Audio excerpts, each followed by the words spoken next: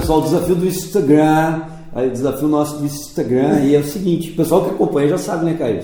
A gente faz um exercício, eu normalmente, até agora não estou fazendo nenhum aí. Faço um exercício filmadinho, né, dentro das minhas limitações lá e tal, com as minhas categorias também. E diante disso eu lanço o desafio cinesiológico, porque eu faço 5 itens, analisando cinesiologicamente alguns pontos do exercício, e desses 5 itens só tem um certo, só tem um que está completo, que está correto ali. Os outros têm uma parte incorreta ou está totalmente incorreto diante da análise cinesiológica do exercício. Nós lançamos isso no Instagram, o pessoal troca informação, é bem legal a interação, funciona muito bem, assim, só procurar no meu Instagram, inclusive agora na tela vocês têm o meu Instagram aqui, prof_João_Moura. O pessoal interage bastante, faz uma troca bastante, coloco também no Instagram do Treino Foco normalmente, e dentro dessa interação a gente troca bastante informação e tenta orientar o pessoal como fazer análise, né? Depois nós gravamos uma live, normalmente é domingo de manhã, às 10 horas da manhã, né? Nós vamos sistematicamente fazendo esse horário, se mudar nós avisamos lá no Instagram, e aí na live nós fazemos uma discussão bem detalhada, e aí a galera tira as dúvidas ali sobre aquele exercício, também interage legal, bem legal tem sido as lives nesse sentido. Só que tem um problema no Instagram. Fica só 24 horas. Fica 24 horas a live, que é a explicação do desafio. Então aqui no YouTube, não sei se você está nos vendo no YouTube ou no site, mas aqui no site no YouTube a ideia é de eternizar isso. Vamos eternizar essa análise, vamos fazer essa análise, ela vai ficar aqui à disposição, quem quiser acompanhar, né, essa análise aí. Então logo depois do intervalo, aí, logo depois da vinheta, nós vamos... O Caio está aqui só para falar isso, está ganhando só para isso, e nem isso ele está fazendo. Então logo depois da vinheta nós vamos... Secar o exercício. Legal, tem que valorizar o salário, pô, isso aí. Então logo depois da vinheta, segue aí.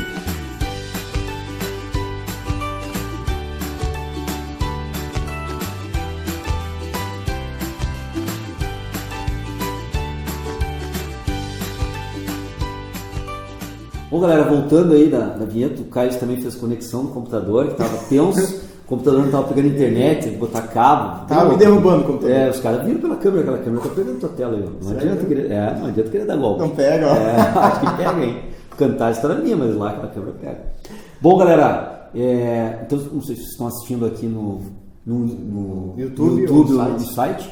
E aí, detalhe, ó, se está nos assistindo no YouTube, convido para conhecer o site, dar uma navegada lá pelo site, que nós mudamos o template há pouco tempo, não sei quando você está nos vendo, talvez você tenha visto depois de anos de mudança do template, nós estamos gravando isso no começo de 2019, mas aqui, ó, no começo de 2019, recentemente trocamos o template do Treino Foco, e está bem legal, está bem mais intuitivo, está mais clean também. Ficou mais fácil o acesso. Ficou bem mais fácil para achar as séries do Treino Foco, vai ali buscar, já tem as categorias, ficou bem legal, então convido vocês aí lá. E tem um detalhe, além do vídeo, pode comercial aí, cara. Tem um texto adicional que eu faço em cima dos vídeos, mostrando outros pontos que não foram apresentados no vídeo, né? Mas com relação ao exercício que está no vídeo. Só outro ponto de vista, alguns aspectos diferentes. Um texto bem elaborado, né? E nesse texto tem um detalhe também, quando tem outros vídeos que tem relação com o vídeo atual, né? O Caio faz o link. Faz o link. Dentro do texto mesmo, né? Exatamente. Fica fácil para fazer leitura e fazer o link com os outros vídeos.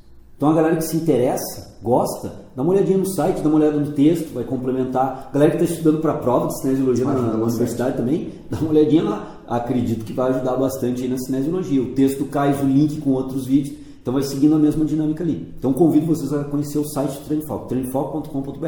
Isso aí, bem tranquilão, tá? Vamos lá então, Caio. Vamos que vamos. Desafio cinesiológico, estou eu aqui marrendo na foto aqui, agora eu tenho que trocar para o exercício para a galera ver. Então vamos lá, vamos dar uma olhada no exercício. Esse aqui, ó, é o crucifixo curvado, crucifixo invertido curvado. É assim que eu chamo. Não sei como é que vocês chamam aí na... eu chamo de crucifixo invertido. Eu faço o curvado, mesmo lógica, curvado aqui da remada curvada também, né? Então, mas tudo bem, o termo pouco importa. Importa é a análise que nós vamos fazer. Então tá aqui o exercício, eu estou lá executando, nós vamos ter que fazer uma análise desse exercício. E para isso, a galera já sabe. Quem está acompanhando já sabe. Tem 4 passos. Esses 4 passos vão ajudar a entender bem o exercício, entender bem a lógica do exercício, né? Então, o primeiro passo é ver onde é que está a resistência ou as resistências, nesse caso, que forças estão atuando ali. Aqui nesse caso é as, tem 2 fortes, tem várias forças, força de atrito, força de reação solo e tal, tem várias forças atuando no sistema, no exercício, mas tem 2 que nos interessam, daqui a pouquinho nós vamos ver.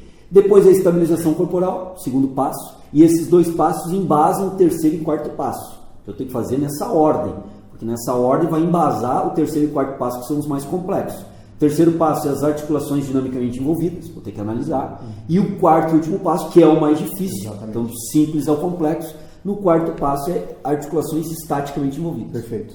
Quem não está acostumado a ver esse tipo de desafio analisando aqui, vai ficar, pô, como assim?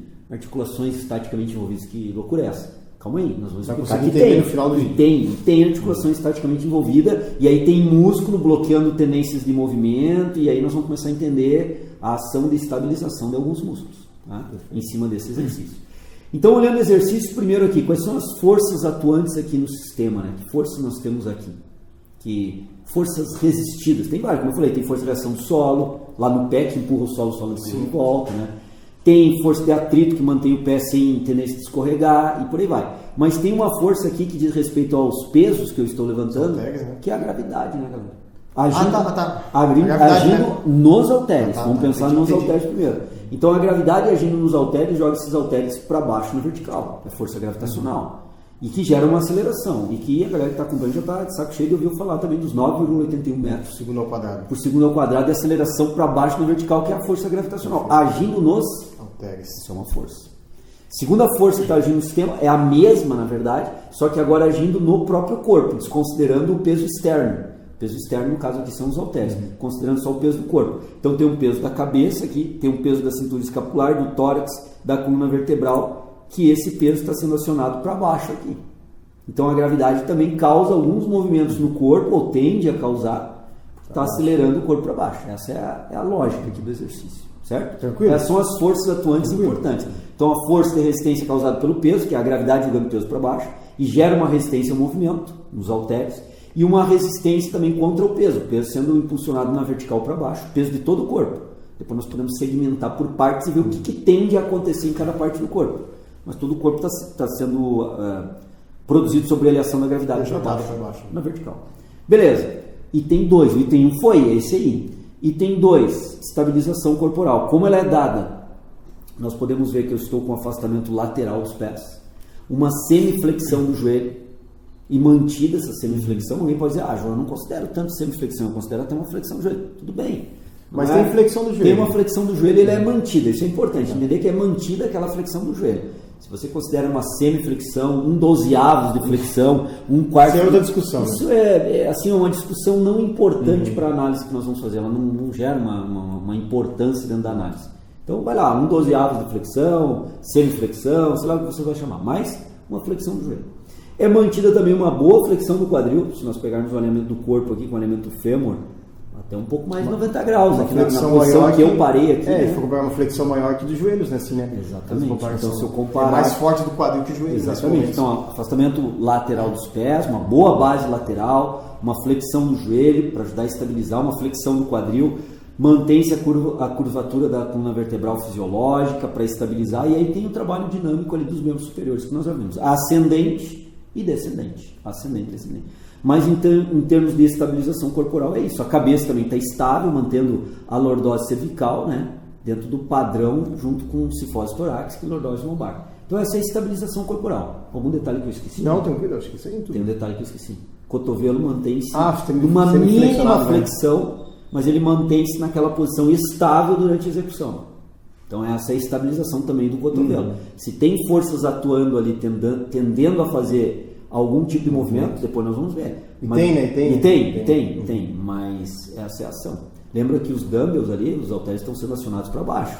Que efeito tem sobre o cotovelo? Quando o cotovelo é mantido em semiflexão durante o movimento glenumeral escapular. Depois nós vamos dissecar, mas tem uma tendência ali. Beleza, passo 2 foi para conta, foi para o estouro. Vamos para o passo 3 agora.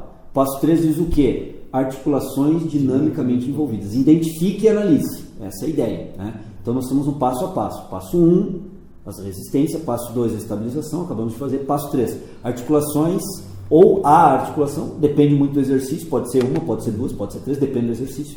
Dinamicamente envolvidas. Então se nós analisarmos o exercício aqui, nós temos um movimento glenumeral caracterizado, fortemente caracterizado. E se observar com calma também, as escápulas também se movimentam durante o exercício. Eu estou com um peso baixo aqui, é só para demonstrar o exercício, né? Um peso relativamente leve, mas a ideia é demonstrar. Nessa imagem que eu mostro agora aqui, dá para ver claramente o movimento escapular, né? Quando ao movimento ascendente, há um movimento escapular correspondente. Quando há um movimento descendente, há um movimento escapular também correspondente, conjunto, né? Assim como o glenomeral. Né? Então, são as duas articulações que estão se movimentando aqui no exercício. Não tem movimento de quadril, não tem movimento da coluna, não tem movimento do joelho, não tem movimento do tornozelo, não tem movimento cervical. Não tem movimento do cotovelo. Não tem movimento do cotovelo. É só glenomeral e escápula com movimento. Beleza. Fechou. Item 3 é isso aí. Fechou que eu identifiquei. Agora eu vou começar a analisar. Né? E aí, para analisar, eu vou linkar lá com o item 1, que são as resistências. Então, quando eu faço um movimento ascendente, vamos lá, movimento ascendente, parei aqui. Eu fiz esse movimento ascendente. Vence a resistência. Venço ou não venço resistência? Que resistência é essa? Aquela do passo 1. Exatamente. Qual é a resistência do passo 1? Dos halteres acelerar pela gravidade. Né? A resistência somada à gravidade. Né? Exatamente. A gravidade projetando esses halteres para baixo na vertical. E quando eu faço a fase ascendente, é contrária a essa força. É contrária à força gravitacional que joga os halteres para baixo. E quando eu faço a fase ascendente, eu jogo os halteres para cima, eu projeto os halteres para cima, ao invés de projetá-los para baixo. Aí vence a resistência. Então estamos vencendo a resistência gravitacional, agindo obviamente nos pesos. Então sim, é a resistência do peso, que sobre a ação gravitacional está indo para baixo. Então há aqui um esforço muscular. Por que eu posso concluir dessa forma? Porque se não houver um esforço muscular, não há fase ascendente. Exato. Porque a fase ascendente é contrária ao movimento da gravidade, agindo sobre os pesos, gerando uma resistência para baixo. Então aqui nós temos um movimento contrário àquela ação vertical para baixo. É um movimento ascendente para cima. Então há necessidade de um esforço muscular aqui. E aí nós temos que entender qual é o movimento glenomeral que está sendo feito. Quando há a fase ascendente, conhecimento mínimo de cinesiologia. Esse movimento ascendente dessa forma aqui, colocando a mão na frente da tua câmera, tirando o caio da gravação, né? Fazendo o movimento ascendente aqui, ó. O que acontece? Uma abdução transversal do ombro. Né? Uma abdução transversal do ombro. E aí essa abdução transversal do ombro é contrária à força resistiva do sistema. Então tem que ter músculo atuando para fazer a abdução transversal do ombro. Assim como as escápulas no ritmo escapulomeral acompanham esse movimento e fazem a abdução escapular junto com o movimento de abdução transversal do ombro. Então, quando a escápula aduz, retrai, e quando o ombro é abduzido transversalmente, é esforço muscular para fazer o movimento tanto em glenomeral quanto em escápula. Perfeito. Já o movimento descendente, que é o movimento de adução transversal do ombro, quem está produzindo? A resistência. A resistência gravitacional. Então não tem músculo para aduzir transversalmente o ombro. Como também não tem músculo para abduzir as escápulas. Porque quando eu estou com o ombro abduzido transversalmente, as escápulas estão ao contrário, aduzidas, né? No ritmo escapulomeral aqui. Quando eu aduzo transversalmente o ombro, as escápulas abduzem seguindo o ritmo escapulomeral. Eu não travei as escápulas aqui, não fiz uma estabilização escapular. Eu permiti um movimento, digamos, mais natural, ritmo escapulomeral. É isso que está acontecendo. Só que na fase ascendente é esforço muscular, tanto para glenomeral quanto para escápula. Na fase descendente não, é a gravidade que está produzindo. Exatamente. E aí, beleza. Então analisamos aqui, evoluímos com a análise do movimento, nas articulações dinamicamente envolvidas. O movimento ocorre no plano transversal e tem como eixo longitudinal. Principalmente em glenomeral, isso fica mais gritante, fica mais fácil de observar. Movimento no plano transversal, eixo longitudinal do corpo, plano transversal. Movimento no plano transversal, né? E o eixo é o longitudinal sobre o glenomeral. E aqui, Caio, acho que vale a pena um comentário. Eu prefiro usar plano transversal e não horizontal. Embora seja o mesmo. Vamos lá na cinesiologia, é plano transversal ou horizontal. Por quê? Porque nesse exercício, para o pessoal que está iniciando, deixa eu botar um outro ponto aqui, tem uma certa dificuldade em entender, observar que o plano é o transversal. Se joga horizontal, esse plano ele não vai estar no horizontal aqui, mas ele, na posição anatômica, ele é horizontal em relação ao glenomeral. Quando eu estou na posição anatômica, ele está no horizontal. Quando eu inclino para frente para executar o exercício, ele deixa de ter uma posição horizontal, ele passa a ficar na diagonal. E aí, o pessoal que está aprendendo cinésio se enrola bastante. Então, por isso eu acho mais interessante denominá-lo como plano transversal. Porque é transversal em relação ao eixo longitudinal do tronco. Então, quando eu inclino o tronco à frente, ele continua estando, se posicionando, né, transversalmente em relação ao eixo longitudinal do tronco. Aí já não gera tanta confusão, a pessoa consegue entender melhor esse processo. Então, plano transversal. E nós vimos que na fase ascendente, na abdução, tem que vencer. A abdução, com uma abdução transversal do ombro. E na adução é a resistência. Agora tem que entender os músculos que estão atuando ali para fazer essa fase ascendente. Que músculo vai fazer a abdução transversal glenomeral? Deltoide posterior. Cabeça longa do tríceps braquial são abdutores transversais do ombro. Só que quando abduz transversalmente o ombro, a escápula aduz, contrária à força da resistência, produzindo, portanto, movimento. E aí nós temos romboides, maior e menor, ou menor e maior, não importa a ordem aqui, e trapézio, como um todo. Não só os feixes descendentes, transversais ou ascendentes, mas todo o trapézio como um todo é adutor escapular. Então nós temos trabalho do trapézio, romboides, maior e menor, e deltoide posterior de cabeça longa do tríceps, lá em glenomeral. E outros em escápula, fazendo adução. Então esses são os músculos dinamicamente envolvidos. E que músculo está pegando, professor? Isso, fica para citar. Já começamos agora a responder de uma forma bem criteriosa para entender o movimento, né? Claro que para o cliente na academia não vamos fazer toda essa... Isso aqui é para o nosso seguidor que acompanha e quer aprender o processo. Conseguir entender o exercício melhor. Então, nós estamos tentando fazer com que vocês venham entender como entender o exercício, sendo redundante aqui, a entender como entender. Estou sendo bem redundante para marcar isso, né? Como fazer uma análise cinesiológica do exercício, tem que entender isso. Bom, feito isso, agora tem que entender o que é contração concêntrica e o que é excêntrica. Quem já está acompanhando os vídeos anteriores já sabe. Mas o processo fisiológico de encurtamento do músculo, do sarcômero, ele é a fase concêntrica, onde o músculo gera tensão de encurtamento e efetivamente encurta. Só que às vezes o músculo gera tensão de encurtamento, só que ele alonga sob tensão, não é alonga relaxado. Ele faz a contração excêntrica, que é alongar o sarcômero sob tensão. O esforço fisiológico é de encurtar. Mas como diminui o recrutamento da unidade motora, o torque externo gerado pelo peso, ele é maior do que o torque muscular, e por mais que o músculo faça o esforço fisiológico dos sarcômeros para encurtar, ele acaba alongando, mas não alongando sob tensão. Isso caracteriza a contração excêntrica. E quando ele alonga sob tensão, ele impede que o movimento seja acelerado, ele conduz o movimento. Então, se nós olharmos bem aqui, fase concêntrica, vencer a resistência. A fase excêntrica ela é controlada, a fase concêntrica, fase excêntrica, movimento ascendente e descendente. Perceba que o movimento descendente ele é controlado. Ele não é um movimento jogado, acelerado, balístico, que é o efeito da gravidade. Os 9,81 metros por segundo ao quadrado querem acelerar para baixo e fazer um movimento cada vez mais rápido, portanto balístico. Mas isso não acontece no exercício. O movimento é conduzido à volta dele. Até eu fiz um pouquinho rápido, poderia fazer um pouco mais lento para caracterizar bem isso. O movimento é conduzido. Sendo o movimento conduzido na volta, alguém tem que frear aquela aceleração balística produzida pela gravidade. E é músculo que faz isso, né? E aí, de novo, é músculo que está fazendo uma ação nesse processo. E os mesmos músculos que fazem a fase concêntrica, encurtam, eles vão fazer a contração excêntrica, alongar sob tensão, freando o retorno do movimento causado pela gravidade. O movimento descendente causado pela gravidade, que é a adução transversal do ombro, e a abdução escapular, ela é freada, ela não se torna balística porque os músculos que fazem o movimento antagônico, que fazem a adução escapular e a abdução transversal, eles vão alongando, sob tensão e freando o movimento, causado pela gravidade. E por isso nós chamamos de freio excêntrico. É uma maneira interessante de pensar, para conseguir entender a lógica. Conseguir entender melhor. É um freio excêntrico do movimento, né? Freio excêntrico do movimento. Então isso é interessante para vocês entenderem. Então nós temos trapézio, romboides na escápula, concêntrico e excêntrico, os mesmos músculos freando a abdução da escápula. No ombro, a adução transversal deltoide posterior e cabeça longa do tríceps braquial, por exemplo, e freando o movimento de volta, de novo deltoide posterior e a cabeça longa do tríceps braquial, agora em freio excêntrico, em contração excêntrica. Agora sim, nós encerramos o item 3. Analisamos tudo que tinha que analisar. A articulação que está em movimento, músculo, ou as, né? Músculo envolvido. Plano, eixo, músculo envolvido e tipo de contração, concêntrica e excêntrica. Então são músculos agonistas aqui. Ou da escápula ou do glenomeral, atuando. São os agonistas trabalhando com contração concêntrica ou excêntrica. Fechou? Item 3, morto. Vamos para o item 4 que agora, é o mais difícil. Que é o mais difícil, que são as articulações estaticamente envolvidas, né?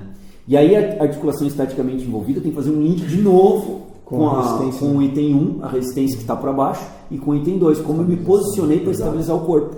Por isso que o item 1 e 2 são fundamentais, principalmente agora com o item 4. Articulação estaticamente envolvida. Então a primeira coisa que eu tenho que pensar, e a ação da gravidade? Que tipo de movimento ela tende a fazer? Porque é uma força que está atuando ali. E ela efetivamente está fazendo esse movimento? Né? Essa é a dúvida, a curiosidade. Né? Então, na imagem que eu parei aqui, vamos pegar a cabeça como primeiro ponto de análise. A ação da gravidade sobre a cabeça, ou seja, a cabeça vai produzir um peso, né? Uma massa vezes aceleração gravitacional vai ter um peso. Peso é massa vezes gravidade. Então a cabeça tende a cair. A cabeça ao cair, ela tende a fazer uma flexão cervical.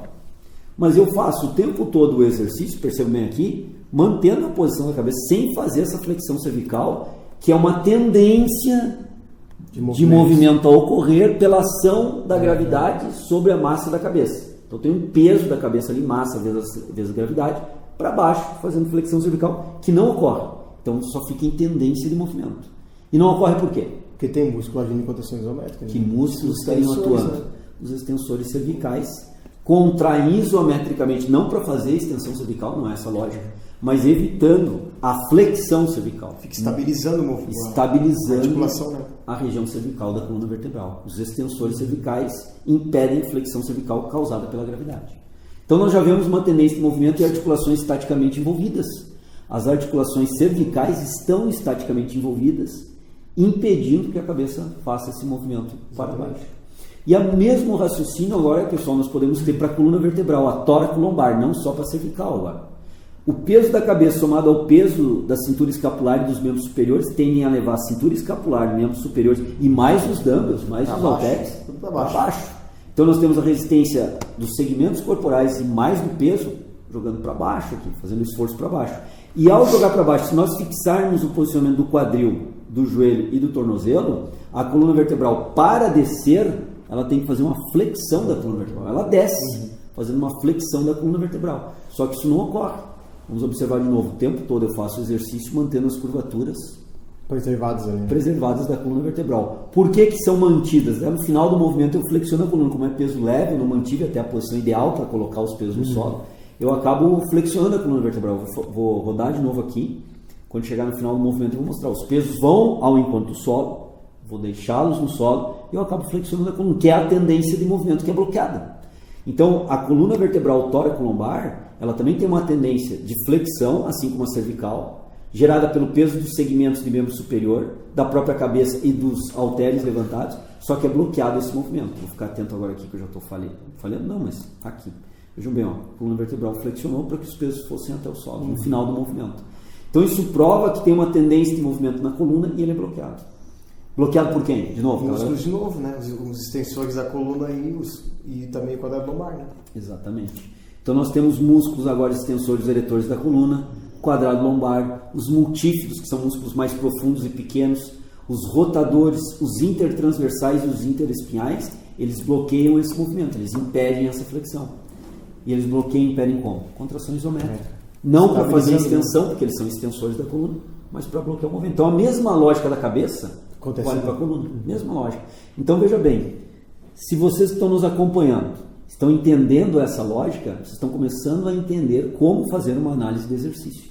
Que não é uma coisa muito difícil, desde que siga os passos a passo. Simples ao complexo. Simples ao complexo, primeiro o passo 1, depois o 2, depois o 3, depois o 4. Então vai evoluindo na complexidade de análise. Seguindo aqui, se nós bloquearmos a coluna vertebral e deixarmos exatamente como ela está, é uma barra de metal, foi ele bloqueou. E bloquearmos o joelho, impede qualquer movimento do joelho, como realmente não acontece, mas liberarmos o movimento do quadril. Então, imaginemos que o quadril esteja liberado do movimento. Nós podemos entender que a cabeça vai descer sobre a ação da gravidade, assim como os membros superiores, assim como todo o tronco vai abaixo.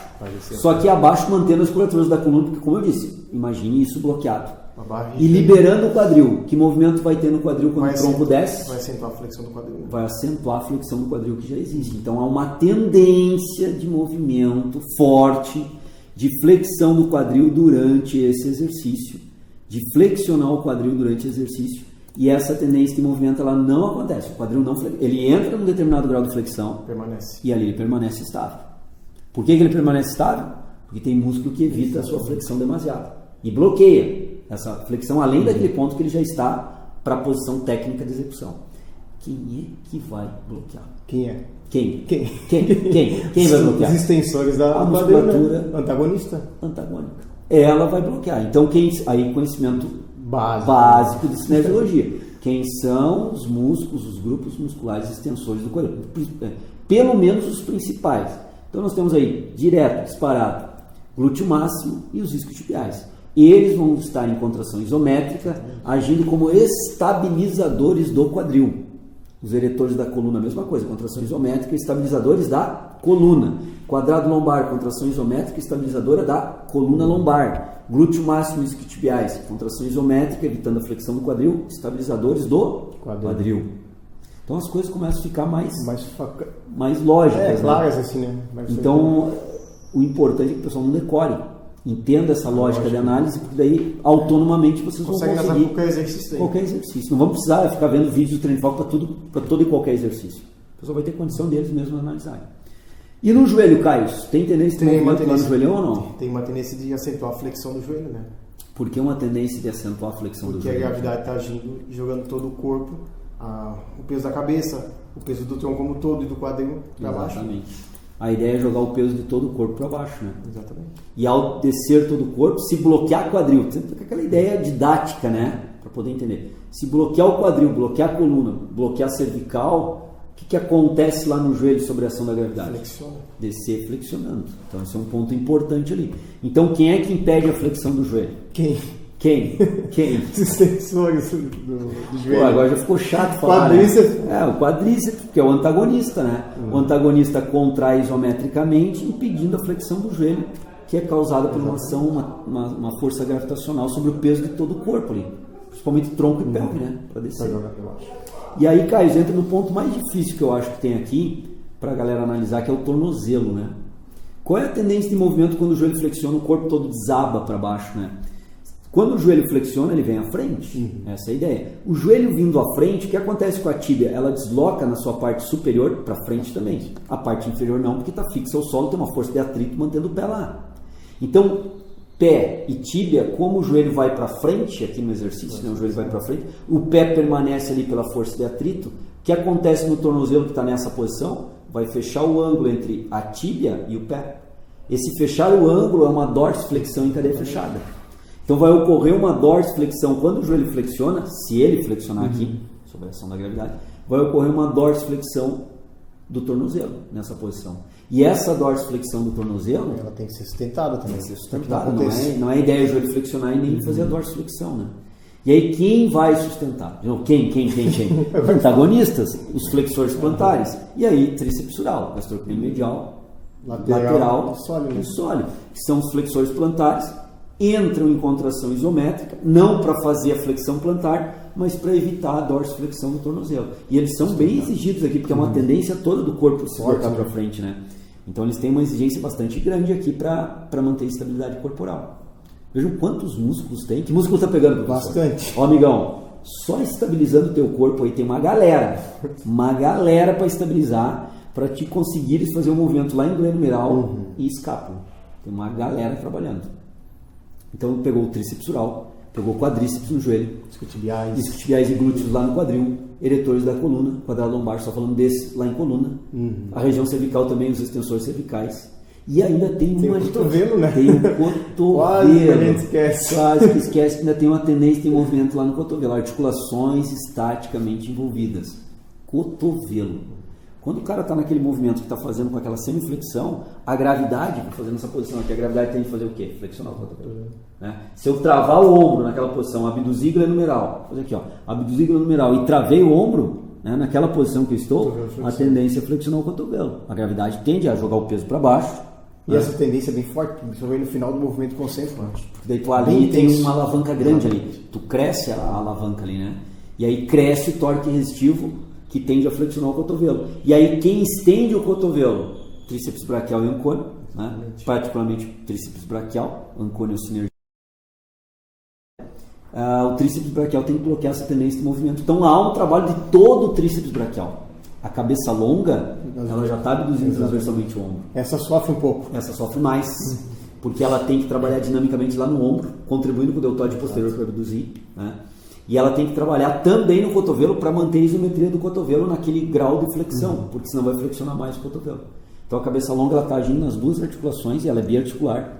Ela age tanto no cotovelo quanto no ombro, né, em glenomeral. Então veja como é interessante, conhecimentos básicos de cinesiologia me permitem, ou nos permitem, né, fazer uma análise bem... Entender melhor o exercício. Entender melhor, fazer uma secação cinesiológica do exercício, né?